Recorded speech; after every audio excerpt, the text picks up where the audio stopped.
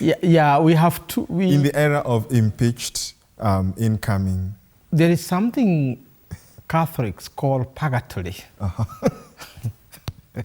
Yes.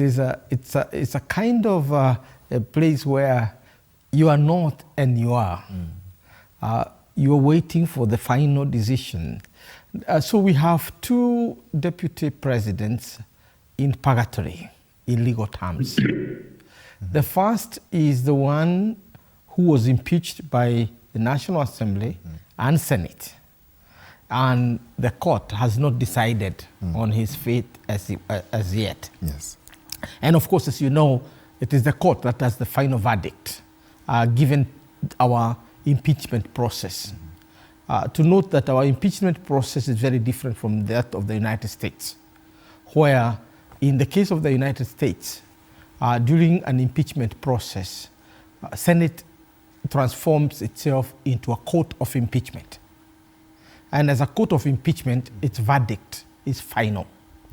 It also takes its good time and investigate everything just the way a court of law will do.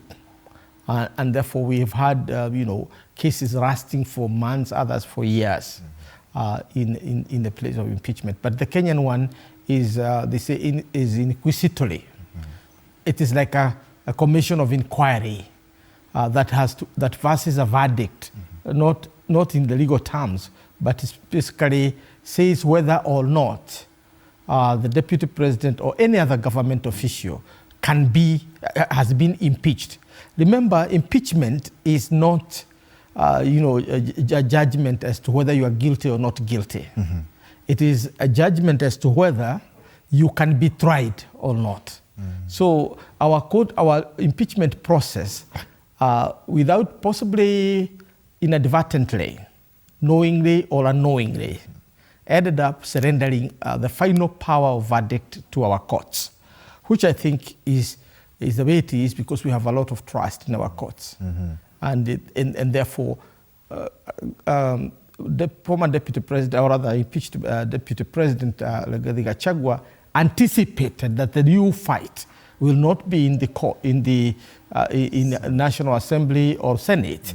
It will be in the court. In the courts, and therefore he prepared adequately for the courts, basically reserving the rest for the court of public opinion during the impeachment. And you saw how dramatically he moved towards that final end.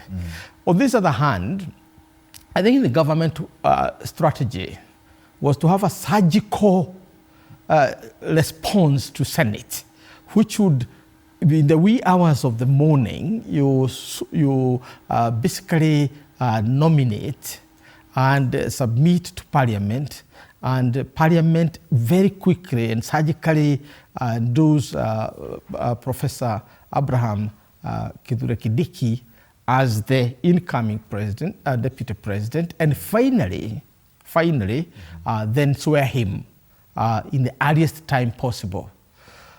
And I think they did that anticipating that the Gachagua team would end up in court. But then the big contention from the day one was that when Gachagua's team was preparing, it was to ensure precisely that Kindiki is not sworn in.